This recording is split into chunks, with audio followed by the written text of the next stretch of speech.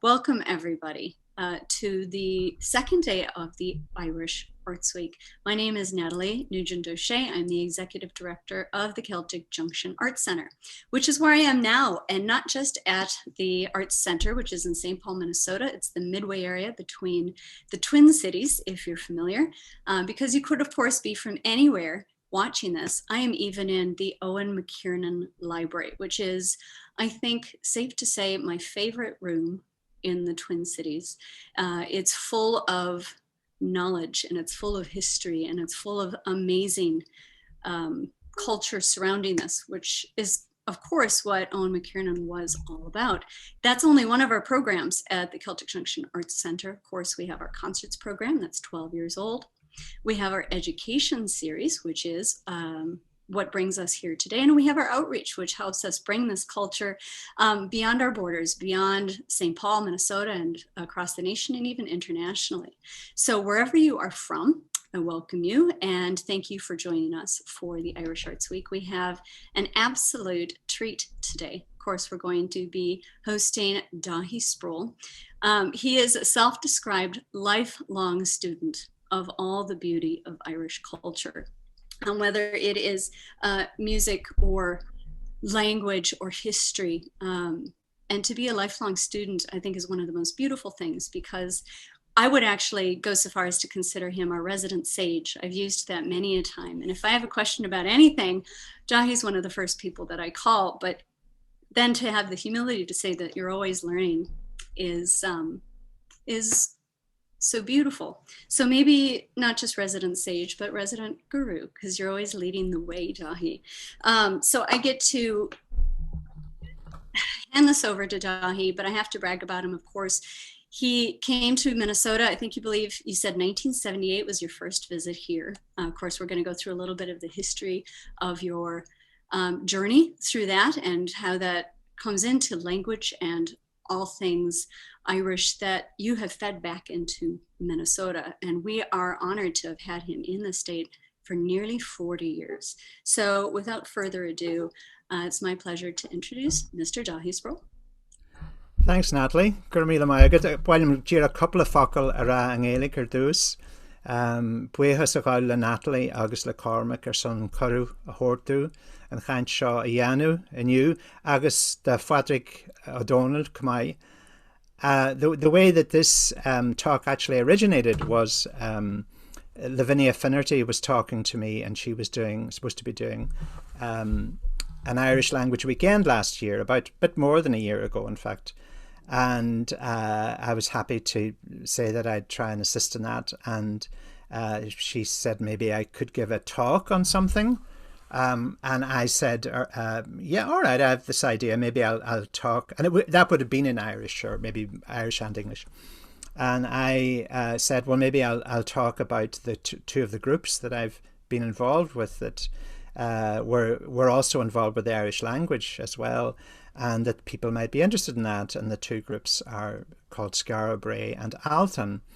And then that was fine. So when the idea emerged again, Patrick O'Donnell contacted me.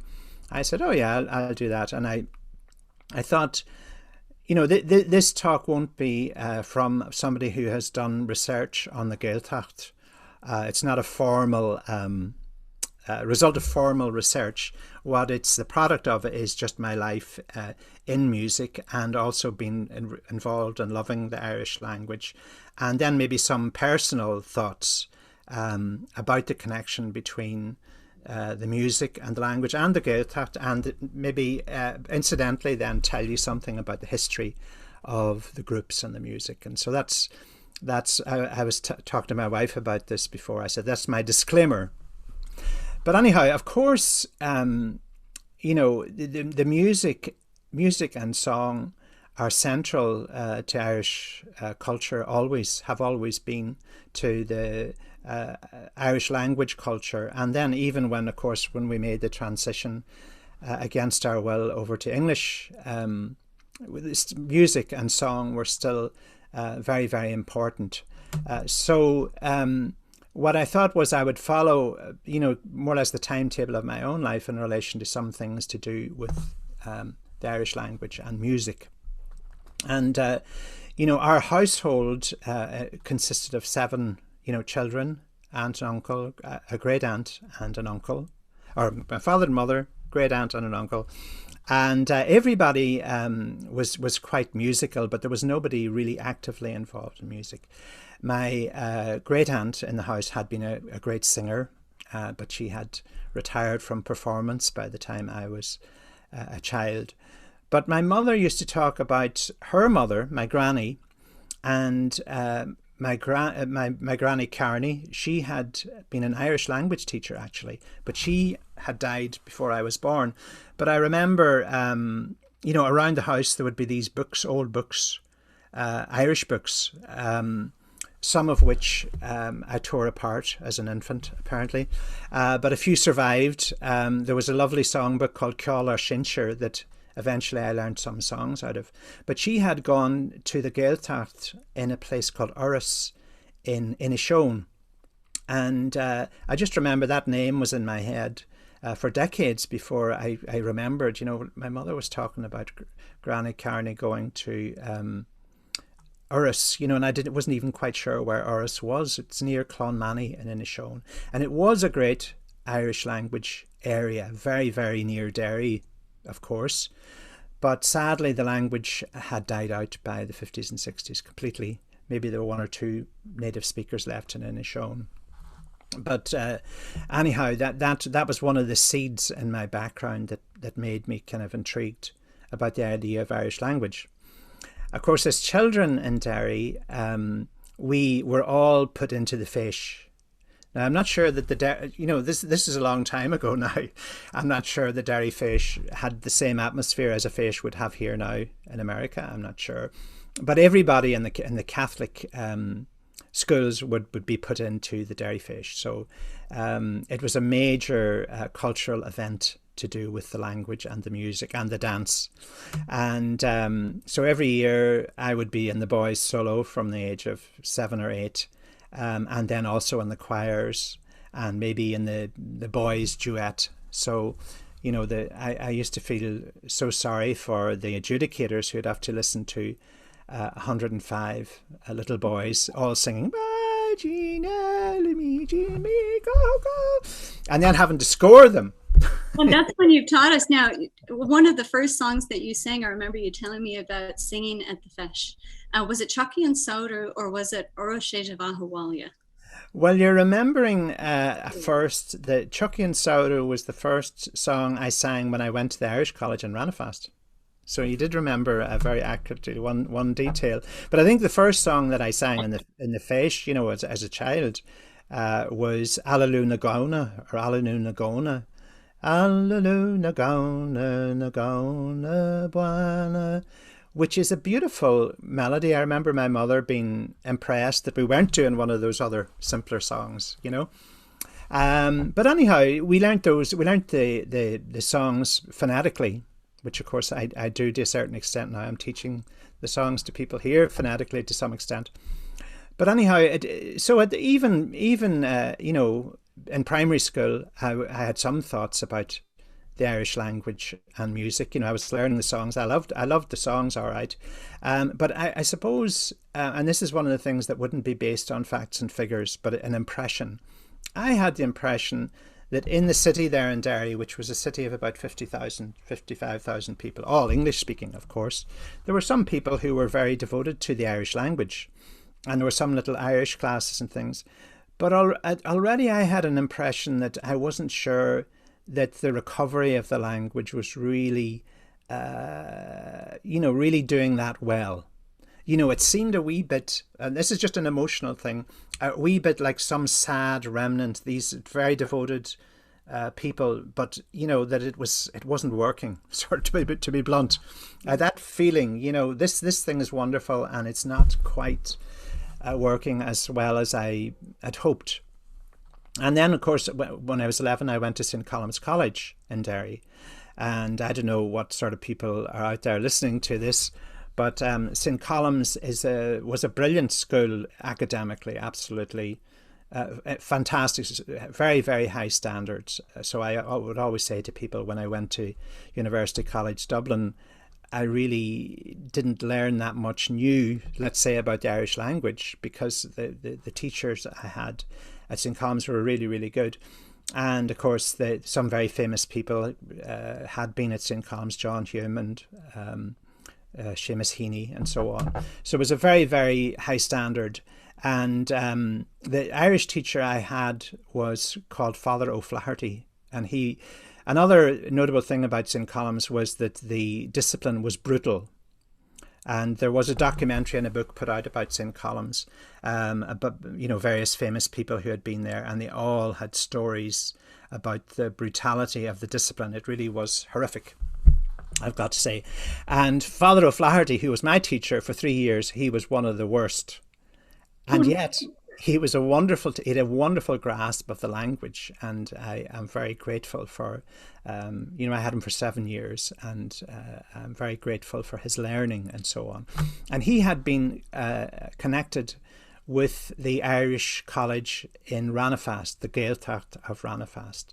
So I'm sure most of the listeners here, the attendees, have know what a Gaeltacht is, but these are the areas where Irish is the spoken language. And when the country, the 26 counties got their own government, the idea was, this was one of the ideas to bolster the Gaeltachts, the Irish-speaking areas, and to have grants to support them and encourage them, and to try and make these pockets of native Irish-speaking survive. I think the biggest one was in Donegal, and is in Donegal, very near us in Derry. And then you have Connemara, and you have Mayo, and you have Kerry, and then you have a wonderful smaller Gaeltacht in Waterford, Ring.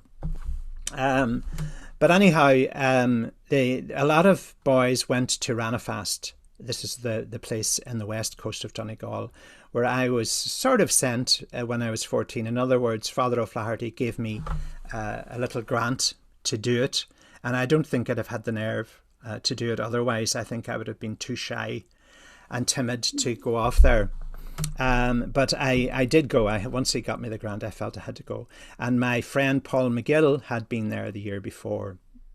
So at the Gaeltacht, these summer colleges, maybe they're a little bit like your summer camps in a sense in America. But anyhow, you would go there and you would stay in the houses of the locals, which were, small cottages, almost exclusively small little cottages with only 3 rooms or maybe 4 rooms or whatever.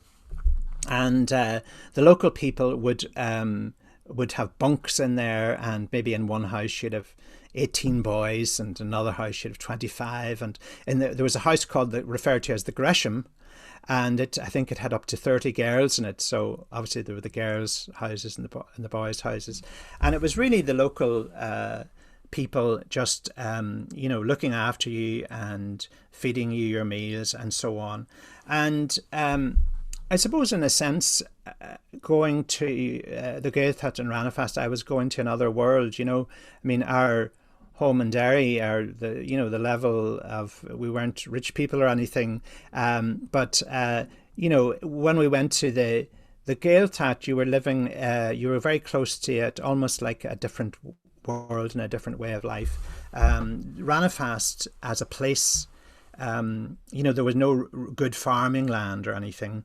A field was a pretty rough thing with a few rocks and boggy, and the people in a material sense couldn't be very well off at all. But on the other hand, the culture in Ranafast was incredibly rich. The respect for the language, the love of the language, and the poetry and song and the music. The people, the whole place was full of culture, so you had people who had like one cow and a stony field and a little cottage, and they were full of culture and history and poetry. And so the standard, it was culturally speaking, you were in an elite place. And we were very lucky. So you would go for 3.5 weeks anyhow, and you'd stay there. And then you'd also have, classes where you learnt maybe proverbs and songs and dancing and so on. So a lot of the songs that I learnt then, I learnt a pretty good repertoire of songs. I actually learnt in the singing class, the song classes, rather than from individual local people. But it was all local music. But we were very, very lucky too that the boys from Derry, some of us were very lucky because the one of the Irish teachers in St. Colum's was sort of the secretary of the college in Ranafast in the summers, and he would try and siphon some of the boys into Teach Vicky Hine, the house of Mickey Hine Neil, who was one of the last great storytellers, a wonderful, wonderful man. So the household was Mickey Hine and his brother John and his sister Annie, and then Annie's daughter Bríd or Biddy. They were the people of the house. And just in fact, a week or so ago, I got this is a book of a story from that storyteller Mickey Hine, and it's put out by his grandniece Bríd Anna Newell, who's a great supporter of the tradition there and the storytelling.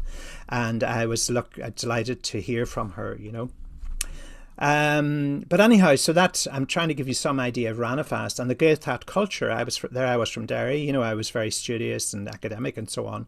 But this was great. And the combination of this wonderful Irish language culture and the songs, the gorgeous songs that we were learning, and of course girls, you know what I mean? We were there and we were chatting up girls or trying to chat up girls, and we were learning to dance and so on. It was a very natural, organic situation for us teenagers. And then, of course, when we went home, we were so sad and missing everything, so it became a kind of cheer na nog for us. Some of my friends used that expression, a magical land. And in every sense, it was a sort of a cheer nog. We were going to another world. And so that you had the music and friends, very close, dear, lifelong friends. Some of my best pals I still am pals with since then. And as I say, the beautiful music and poetry and so on. So it was that was the Gaeltacht, that was my experience of the Gaeltacht. And I'm so grateful, it has affected, my whole life has been affected by going there, by what I learned there and by the friends that I made there. But in terms of the kind of theme that I'm trying to weave of the connection of music, Irish language, Gaeltacht, these groups that I became involved with, there was a local family there who became friends of mine. So the thing was that there was a local family, and the father of the house was a man in Irish, A. O'Donnell, or Hughie Vicky Hughie, in Irish, Hughie, son of Mickey, son of Hughie. And his family, going back several hundred years, were local Ranafast poets and singers and tellers of lore. So I actually have a recording of him singing, quite a rare recording of him singing. I'm going to play you a wee bit of music. But I became friends with his children. And the family, there was Hughie, and his wife was from Dublin. And in fact, he had moved to Meath when he was young, and he had raised his family in Meath. But the children who became my friends in Scarabray, they of course were very connected to Ranafast, and they would be there every summer and maybe other times. And but they had an amazing tradition of singing. And that the singing tradition that they had alone would be an interesting subject, because they were very lucky that traditional singing has actually come back very strong, I think, all over Ireland and therefore in America as well. And this particular family had this deep singing tradition that wasn't immediately like what, say you were here and you heard virtuoso traditional Irish singers. They might be full of certain kind of ornamentation and so on, often, traceable to styles that came from Connemara or from the south, from Kerry, Cork.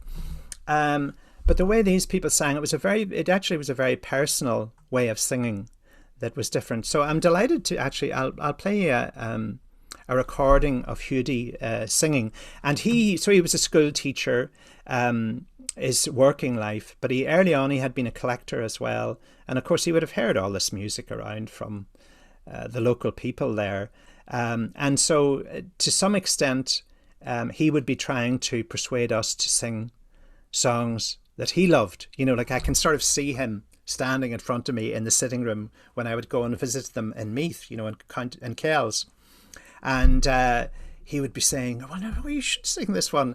And when I listen to this here, I can see him singing, and there's a kind of emotional intensity in the way he sang, and then in the way his children sang, that was really fantastic. So this is a song called Dáithí Sproule, and I don't know if he was ever on on a commercial recording. I got this from Cathal Gowan, who I'll talk about a wee bit later, and it's about a drowning. A boat went out and drowned. So Dáithí Sproule, I'll play it to you. Fırına vacı barada gniş früy, siede tarn snacha robadin skadanli. Blinger fagus gantar halarhu farir. As mawchlin banja sahin hun Josephine Baselamon askor yarvetu Shechrur bords nach mor algeshanchir Tamakan bacht boeren ore vergessen yin. Es ist deilemer neu gold alles mor fader uri. Nir wailem de hul va bruche tershachan iran.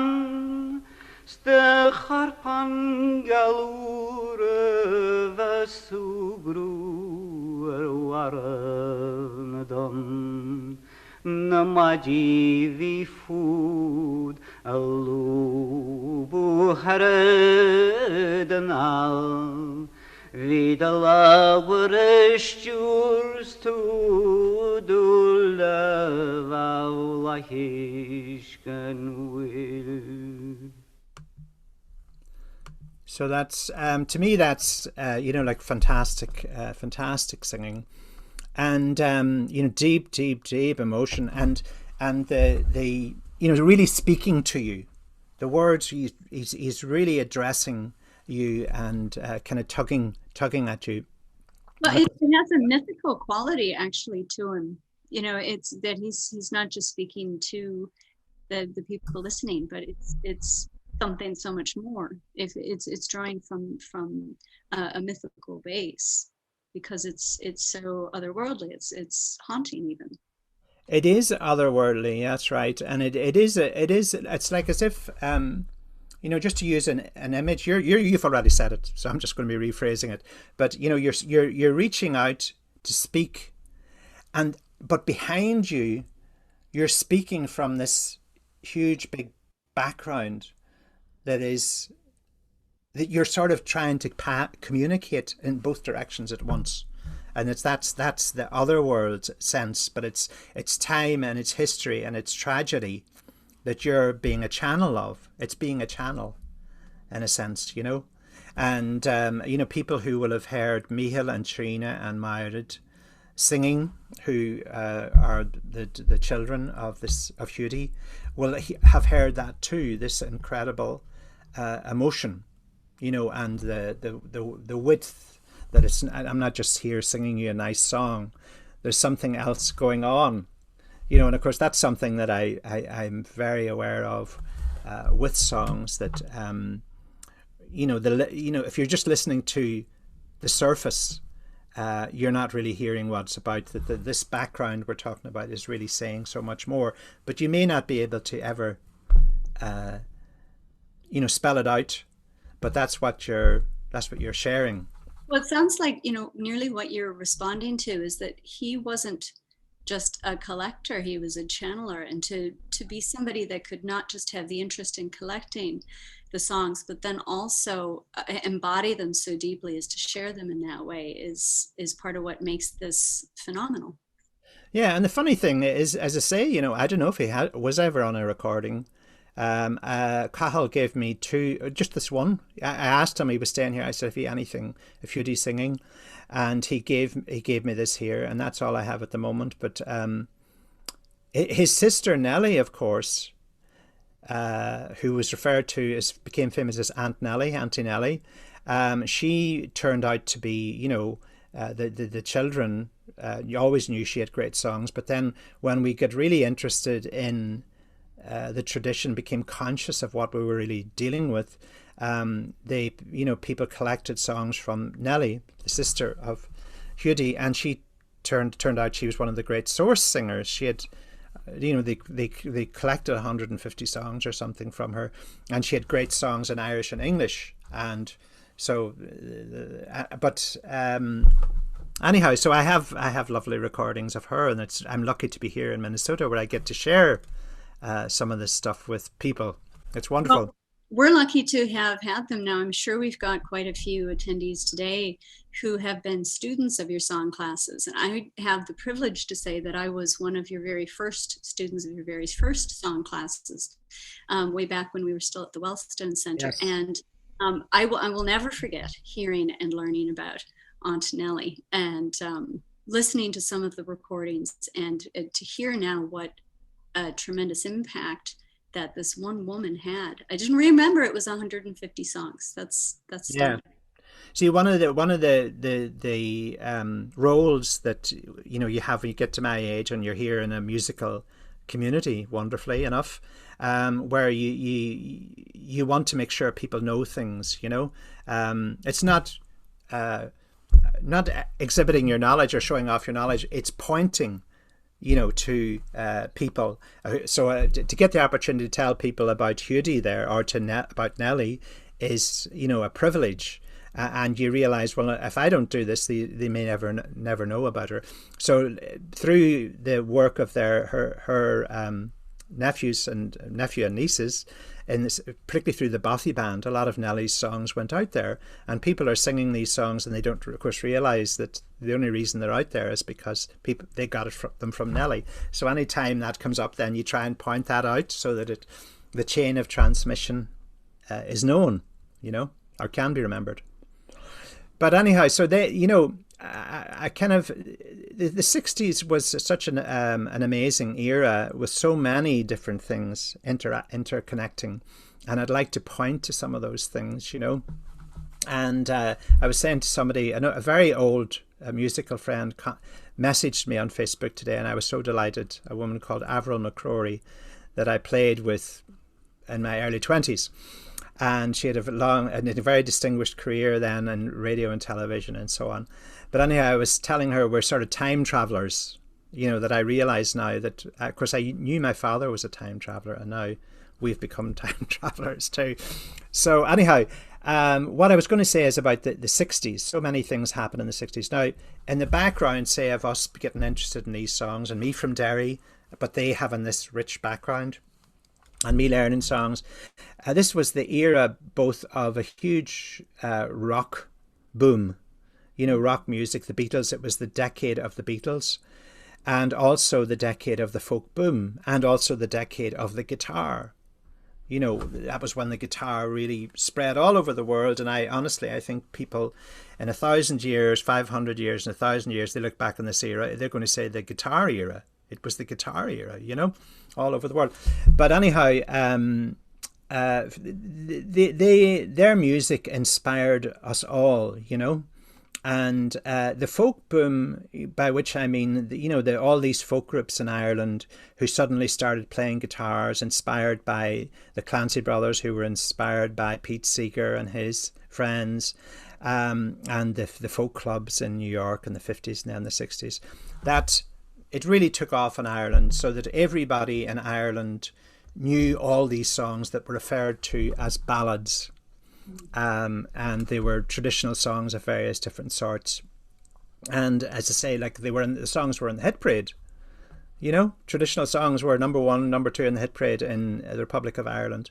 And everybody, you didn't have to be interested in music or interested in folk music or anything to be able to sing along to these songs. Everybody knew them. So it was an amazing era. And then that kind of propagated the guitar. People started buying guitars. And then as a parallel with that, you had the whole developments in rock. And you know, paramountly the Beatles, I mean, the genius of the Beatles, and to see that unfolding, talk about time travel, to see, you know, to hear their first single and say, oh God, that's very unusual, you know, and then it's a hit, and then hear the second one, say, my God.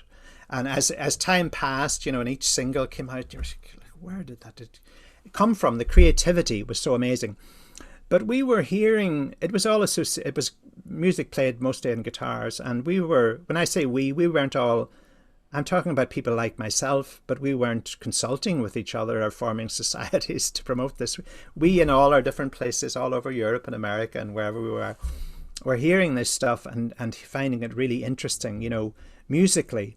And the sounds that they were making were so exciting and fascinating and beautiful. But if you had no musical training and no musical instrument, you weren't quite sure how this was happening.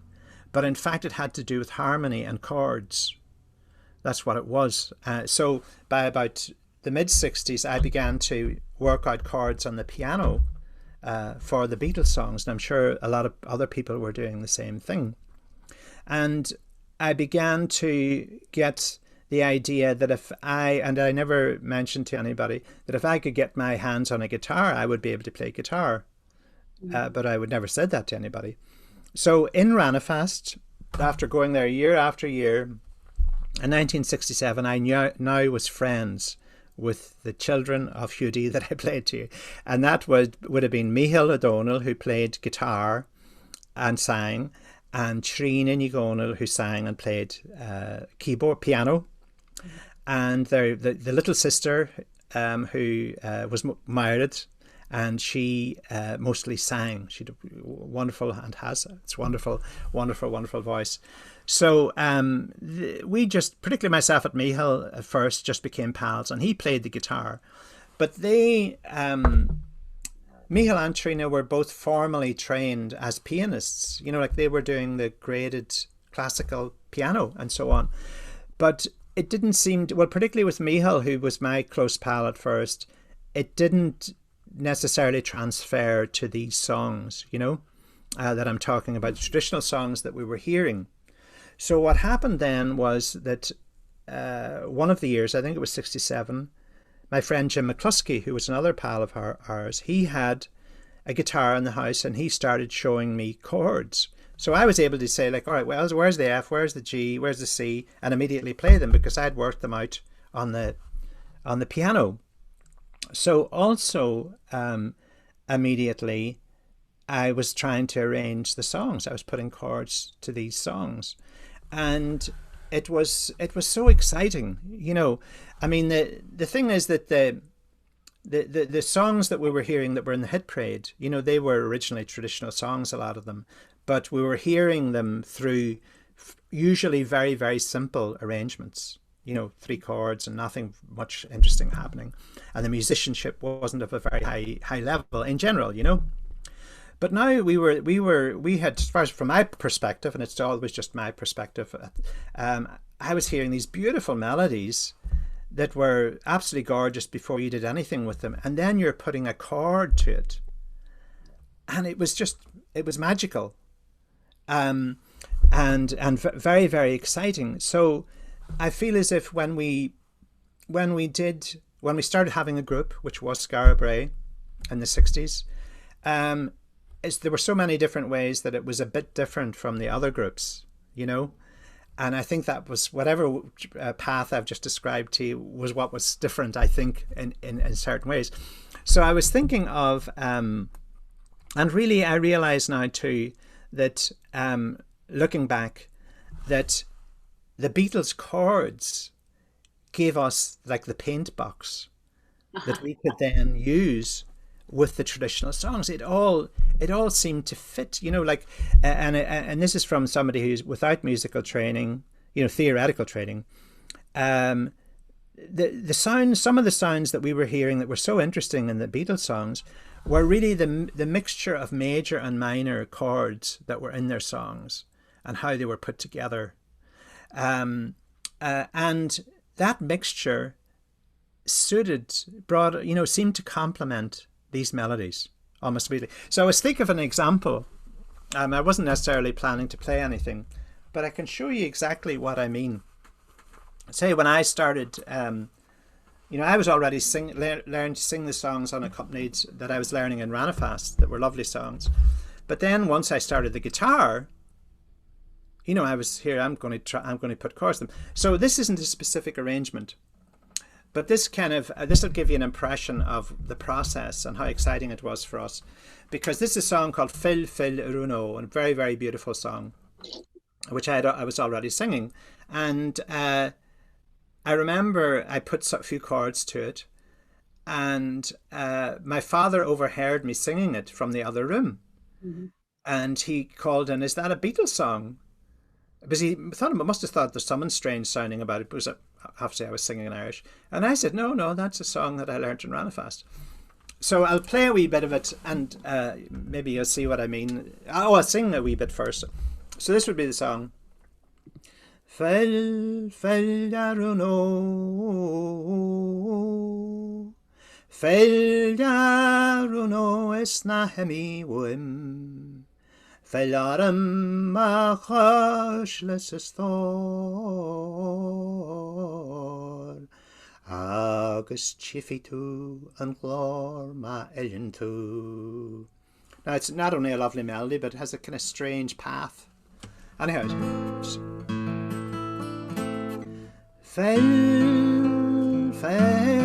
daruno,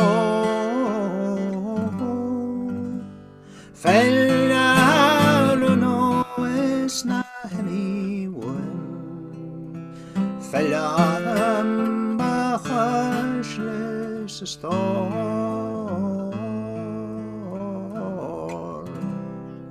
Agus Chifitu and Lord Ma Elintu. You could even do it in a sort of slightly more rocky rhythm.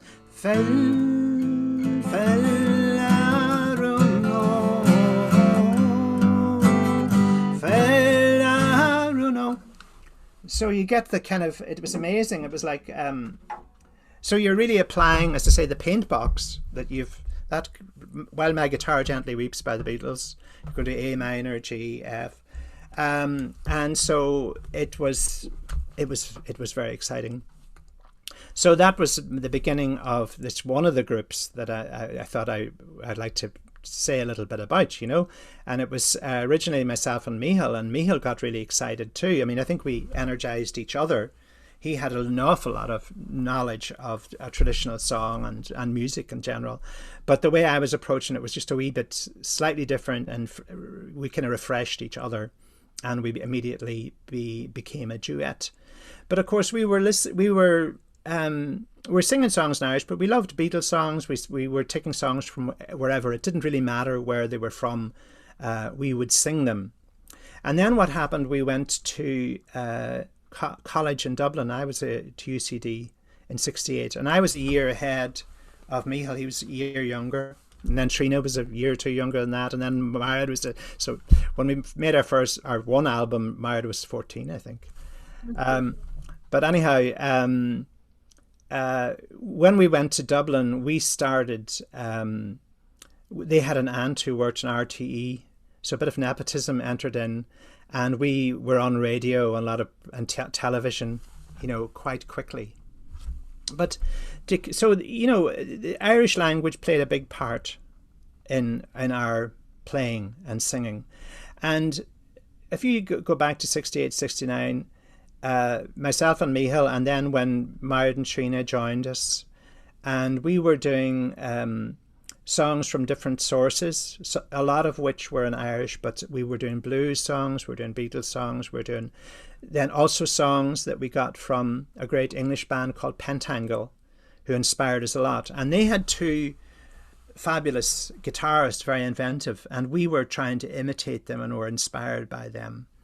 And I also had a friend in Derry who was a school friend, a teenage school friend, who was a brilliant guitarist and arranger of these, almost the same repertoire of songs in Irish that the O'Donnells knew. And so I knew them already from my friend Sean O'Haley or John Healy. So that was all very complimentary, and I was trying to apply some of his styles to what we were doing. So it was a very, as far as even compared to the folk groups in the English language, we were a bit different, I think, from the start, and we had a lot of very upfront harmony. So I'll put in another kind of backgroundy comment. When I went to college, I was telling you about having a slightly dim view of the future of the Irish language revival, in a sense. When I got to Dublin, all these exciting things were happening in the musical world, in all sorts of areas. And I remember vividly the first year or so in Dublin, and we were doing what we were doing, beginning to, play out and play in clubs and and do this mixture of stuff that we were doing. And with quite, I have to say, for the period, quite sophisticated guitar work. In fact, we entered for a competition once where we were criticized by the adjudicator because our guitar work was too complicated. So we thought this was a very strange criticism. But anyhow, I met some of, the great Irish language speakers and enthusiasts in college. But most of them weren't really associated with music at all, fun enough. I mean, the ones, that's my impression, And I developed the idea quite quickly that the Irish language revival should pay more attention to music. That music was the path. That because music appeals to everybody, good music should appeal to everybody. A lot of people in the Republic of Ireland were biased against the Irish language because there were, to qualify for certain jobs in the civil service, or maybe all jobs, they had to have a certain amount of Irish. They were forced to learn Irish at school. If you force something, it becomes a negative, There was a lot of negative feeling about the Irish language, and then maybe some indifference, and then you had a certain number of people who were devoted to it. But I thought, and I remember saying to people, people should pay more attention to Irish music, Irish language music, and these beautiful songs and so on, because this is something that will raise the positivity for the language. And of course, that was the time when you had Sean O'Reilly that was doing all this wonderful music, but it was appealing to a certain segment, and of course it was fantastic. And later on gave rise to the Chieftains, who of course continued all around the world. But anyhow, that was part of what was in my mind, I think, and maybe in the mind of Michael and Trina and Myrid, that we were modern. That's the thing I was struggling towards. That it could be modern, it could be music, it could be modern, and yet it could be totally rooted in the old culture. It didn't have to, in no way was listening or cutting off from what was there. It was a continuation, and we would do it in this way. That was where we had got our ideas from other places, but somehow our taste would be in keeping with where the music came from. So, to an extent, while Scarborough existed for a few years, from about 68, 69 to 70, 71, I think that that's what I think Scarborough contributed. That in fact, some people were, Irish language fans or traditional fans were a wee bit put off by the way we were approaching the music. But most people, I think, who heard it thought, oh yeah, this is interesting, this is nice. And Irish language groups and so on, like Gaelin, as an organisation, supported us, and we played in a hotel that did several gigs at least in this hotel that was owned by Gaelin, and so they were delighted to have a young group who were doing things in an interesting way, and who were devoted to the tradition. And then what ended up happening was, even though we did all these other sorts of music, when we did an album, it was all songs in Irish, because it was a Gaelic album and that was what they wanted. And so it was kind of, I mean, we were very, very happy about that, except that all this other stuff was left aside. But we're happy that the album was made and that it's still around. So it stood the test of time. Now I'll play a wee bit of Scarborough music just so people have some idea what I'm talking about. There was, I don't know whether I'd play the whole of this track, but for some reason that I can't understand, this song, which is a nice song, of course, and Cailín Rua became our most popular song. I think there may be a couple of ones but this was a jolly little song, and I remember so vividly Hudie, their father, recommending this song to us. We're in the sitting room in Kells, and he was saying, why don't you do the Cailín Rua? And there was a teacher in Ranafast called Sean O'Lauda who used to sing this song and make it into a kind of a joke. You know, it was like somebody singing a song who had a stutter. Of course, this was before we learned to be, learned to be a bit more charitable than we are nowadays about many things. But anyhow, it was supposed to be a comical piece. And so we had a kind of negative view of the song, but he said, no, it's a lovely song. And then, of course, we recorded. So this is it. I'll give you a feeling of the way that we sounded.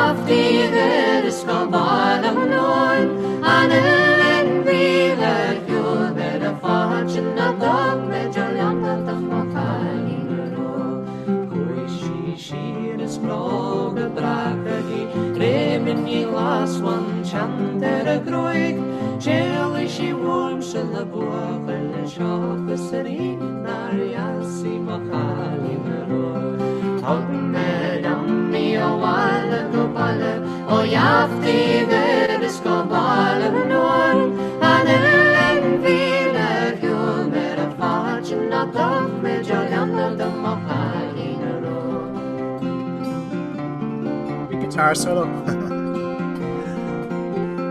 I'll cut it there. And there's a range of different sorts of songs on the album. Sad, happy, whatever. Of course, Trina played a kind of keyboard, clavinet, harpsichordy kind of keyboard. So it was two guitars and the keyboard and four voices. We made the album one afternoon in a hall in Ranelagh in Dublin with two mics and no tuners. It was before people learned how to tune guitars and things. But anyhow, and so that group went for several years, and then, like time is going to run out on my path of thoughts here. But the thing is that, of course, Micheál and Trina went, after Scarborough broke up, Micheál and Trina founded a band called the Bothy Band, who are one of the great. So, like, to me, I think Scarborough really contributed a lot and hasn't gone away. It was part of the foundations, let's say, of what happened. And in retrospect, I'm glad that it was so associated with the Irish language. But what I was going to say was Trina and Micheál went on to found the Bothy Band, which was one of the all-time great Irish bands that still influence people now. That was from about 74 to 78. Fabulous music that influences everybody still.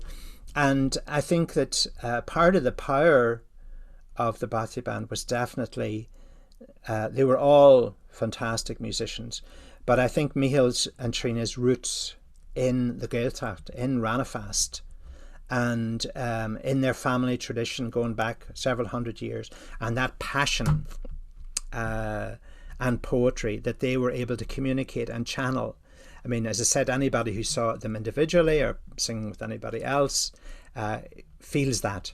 And therefore the Irish language and their Aunt Nellie was part of that, was part of the Bothy Band. So therefore, I think that's one of the strands that I wanted to weave. And of course, Micheál died tragically a few years ago, and I'm so happy that myself and Trina and Mara got to sing here in the Twin Cities and do some other gigs in the States and a few gigs in Ireland again.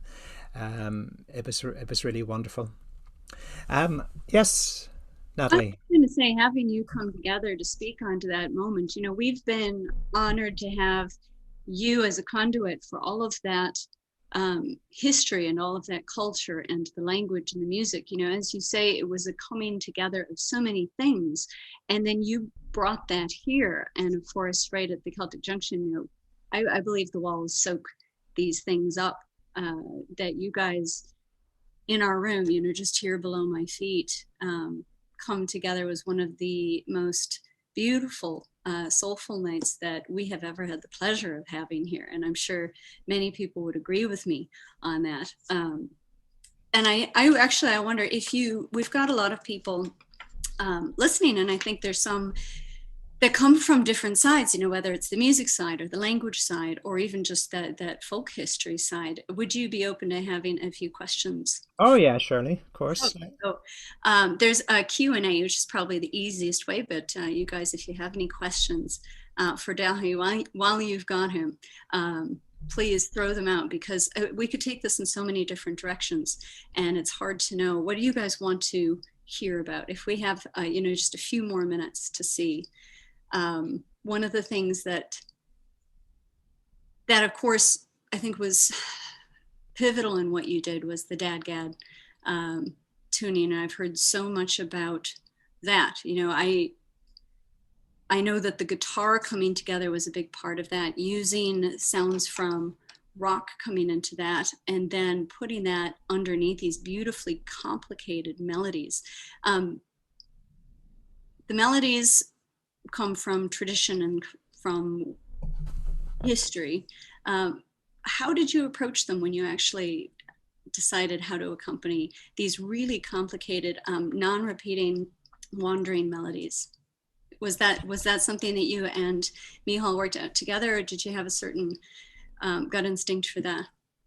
Well, I think we were both interested in that, and we both contributed to it. And as I say, a huge contributor for me was my friend Sean O'Haley in Derry, that I used to go to. Once I started getting interested in the guitar and the songs, I went to his house, and he knew had a huge repertoire of traditional songs in English and Irish, and he had invented a very, very intricate guitar style in standard tuning, which I tried to imitate and failed to imitate, as we always do.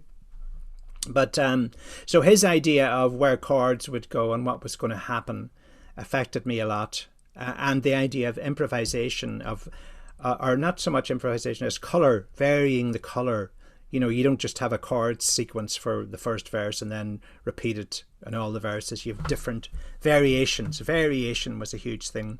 So we did all that. As far as Scarborough was concerned, we did all that together. What happened with that particular tuning, Dad Gad, the idea for that came from Pentangle, the English band.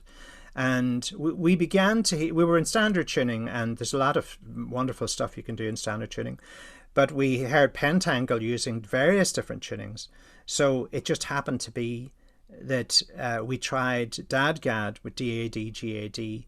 And what myself and Michael did then was, in Scarborough, I think it was mostly myself would use Dadgad, but the reason was that it was no point in having two guitarists doing the same thing, and you've them doing chords and then you've Trina doing chords. Like, how can we make this slightly different? So sometimes I would tune to Dadgad and Michael be in standard tuning, and then you'd have this rich sound, like as if it was one more complex resonant instrument. And admittedly, he must have used Dadgad a bit as well. But we were, it was pretty simple what I was doing. But then Michael used it in the Bothy band, and he really developed it for accompanying Irish music. And then around the same time, I was beginning to come back to the idea of accompanying instrumental music. Because the instrumental music and the melodies of the songs are a slightly different situation, So what I found was when I started, see, Scarborough was all singing, but when I started bumping into flute players, fiddlers, and so on, I happened to have, to cut a long story short, one night I happened to have my guitar and Dadgad, and somebody said, take out, accompany me, and I took it out, and in standard tuning, I wasn't very interested in what was happening. And in Dadgad, it just worked instantly. It just, whatever was in my mind, the sounds that was in my mind, fitted. And it was later, it was really Sean Gavin, funnily enough, who teaches in the Centre for Irish Music. He was in a workshop that I was giving on guitar, and he said, of course, you realise that the drones of the uilleann pipes are D and A. So Dadgad is really D and A. And I felt that the first second. I felt the naturalness of it. The first second I tried to accompany jigs and reels in Dadgad, it just worked for me almost the first minute. I had no idea why. And but what he was saying was, that it's natural that tuning would suit Irish music. And I think more and more, I think that's true. The pipe drones formed a lot of the patterns that are in Irish tunes, ultimately the scales that suit against D and A drone. That sort of explains everything in a nutshell, One of the things that I find quite stunning is when you accompany a song like Phil Phil a Ruanon, or On Road to Egon Garrick, the complication of the language coming together with the melody coming together with that unusual rhyming scheme that I'm always looking for in the language. I have to say I've come to the Irish language through your songs. That's how I became interested, and that was definitely my entry level, and that they never sounded dated. They sounded timeless, and that something about that combination of the accompaniment, and maybe it's that ancient sound of the pipes. It works so well with where the language comes together with the rhythm and the melody, and it creates something that's really in a very deep level that I think people still respond to today. And maybe that's what makes the language more I don't know if it's a bit haunted or beautiful or intriguing. It's absolutely intriguing when you come to the songs, and you might not understand a word, but you can feel the sense of what it is. And I think everything coming together really portrays that in a way that memorizing perhaps pronoun sequences doesn't necessarily excite people. Well, so what you've just mentioned is an example again of the channel that the music and the song can be for the language. Mm-hmm. In the last 10 to 15 years, I've taught a lot of songs in Irish here in Minnesota, and it seems totally natural to me. I didn't years ago, I'm not sure I would have I would have wondered, does that work? Does it make sense? But people love the music, they love the sound, they're interested in learning songs in Irish, even if they can't speak Irish. But which I'm delighted about, absolutely delighted about. But then I have some exceptional students who have been students of mine who have that has been a pathway. They have gone and they start learning Irish, and I've been teaching some of them Irish for years now, and some of them have gone to Ireland and have done courses there. I have a couple of students actually in Massachusetts when I was living in Massachusetts, and they have gone and they've done their masters in Irish language, and they're fluent Irish language speakers and so on. So the song and the music can be a great avenue, drawing people into the language. Yes, definitely.